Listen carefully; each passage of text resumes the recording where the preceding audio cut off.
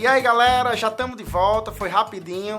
Vamos agora para o nosso último bloco, hora da aula. Vocês vão ficar agora com o professor Neto Damasceno com a super aula de biologia. É com você, Neto.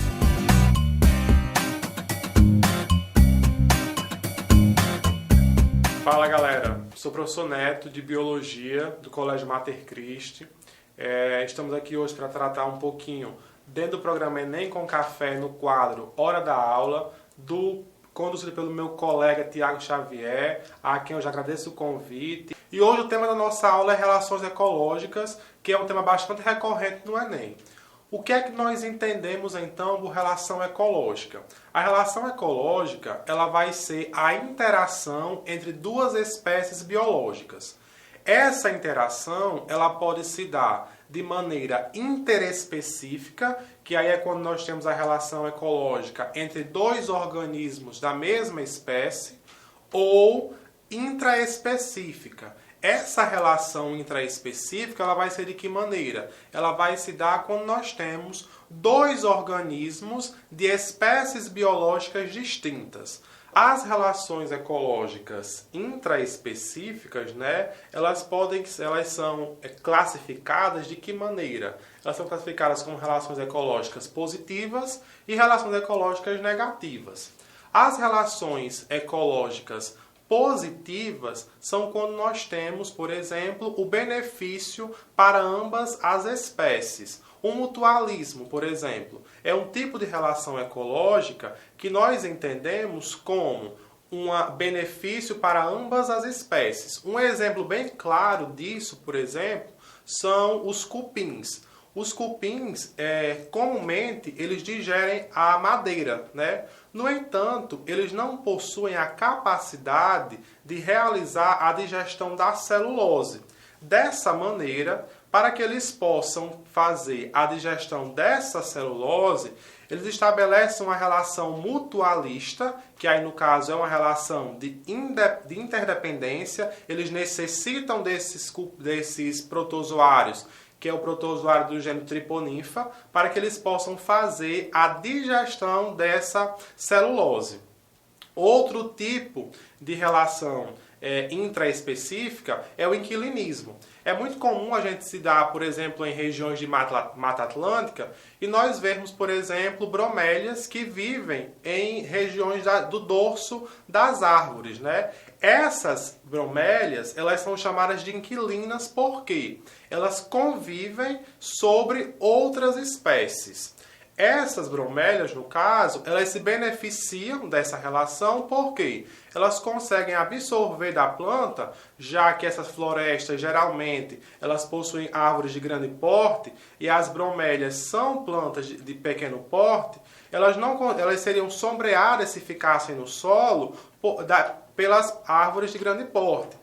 Dessa maneira, então, elas necessitam estar em um local mais acessível à luz. E aí, uma das estratégias encontradas foi o estabelecimento de uma relação ecológica, no caso aí o inquilinismo, com as bromélias, aliás, com plantas de grande porte, onde elas vivem em cima dessas plantas e, consequentemente, elas absorvem e se aproveitam da luz, da captação de luz daqueles organismos.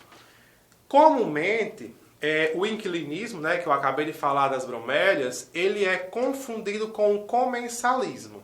Por exemplo, os peixes palhaços, muito famoso, por exemplo, por conta daquele filme do Nemo, eles convivem muitas vezes dentro dos tentáculos de anêmonas do mar.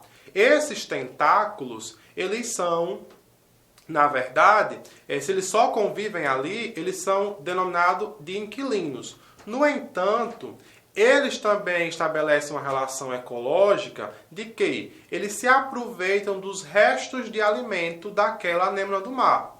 Dessa forma, essa relação ecológica ela pode ser classificada como um comensalismo. É mais comum, é mais conveniente que se classifique como um comensalismo. Outro tipo de relação ecológica é intraespecífica, o parasitismo, por exemplo. O parasitismo é quando nós temos um benefício para uma espécie e uma outra espécie é prejudicada. Um exemplo bem clássico são os carrapatos. Os carrapatos, eles são, no caso, ectoparasitas. Por quê? Eles parasitam geralmente mamíferos de grande porte, né? Mas eles vivem fora desses animais. Então eles são denominados de ectoparasitas. No caso, os endoparasitas, nós podemos classificar quem? As tênias. As tênias são ectoparasitas, as comumente chamadas de solitárias, né? Porque elas convivem no intestino de grandes animais. Especialmente, no caso, pode ser o intestino humano ou o intestino de bovinos. Outro tipo de relação ecológica intraespecífica que se estabelece entre duas espécies biológicas diferentes é a competição. É muito comum, por exemplo, na natureza, nós observarmos, por exemplo, herbívoros que competem pelo mesmo alimento. Pode até parecer estranho, mas os gafanhotos que se alimentam de vegetais, eles podem competir com o bovino, que também são animais herbívoros, ruminantes, né? E animais de grande porte. Eles competem por alimento naquele ambiente. Um outro tipo de relação ecológica intraespecífica, estabelecida entre dois organismos de espécies biológicas diferentes, é qual? É a protocooperação.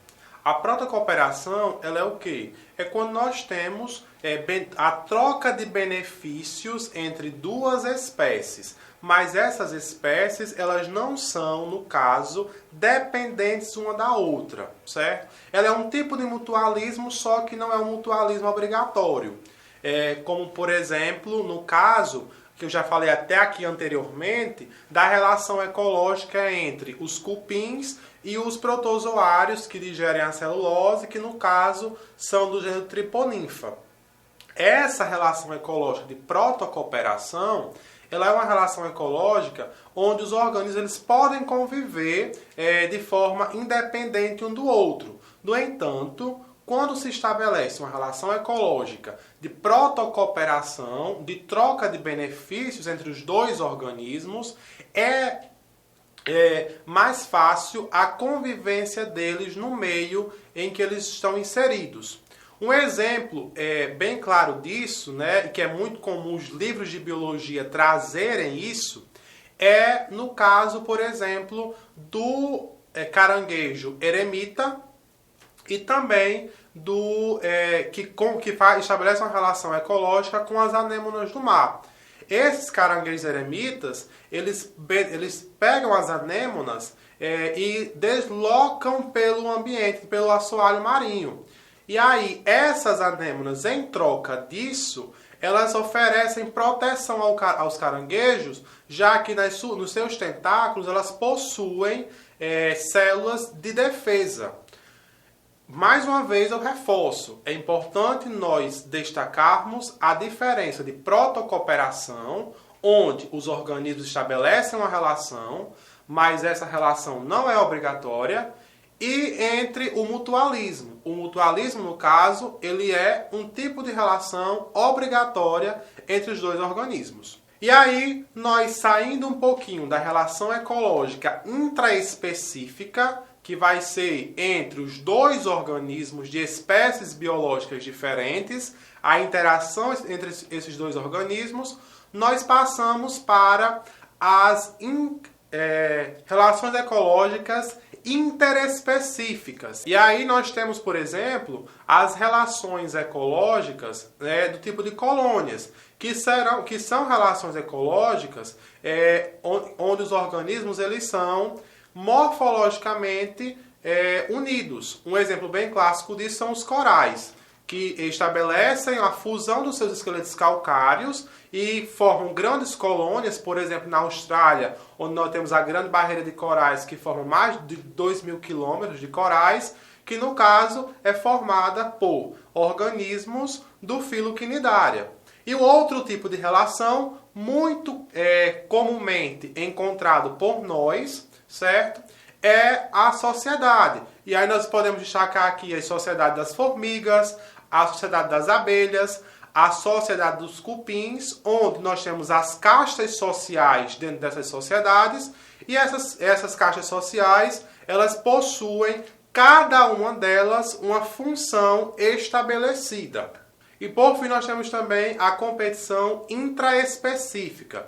Que competição é essa? É quando nós vamos ter, por exemplo, dois organismos de espécies biológicas iguais, da mesma espécie, que vivem no mesmo ambiente e vão competir por algum recurso. Um exemplo bem clássico disso são, na natureza, são as plantas que vivem no mesmo ambiente, em uma determinada área geográfica, e passam a competir por nutrientes, por luminosidade, por água, né?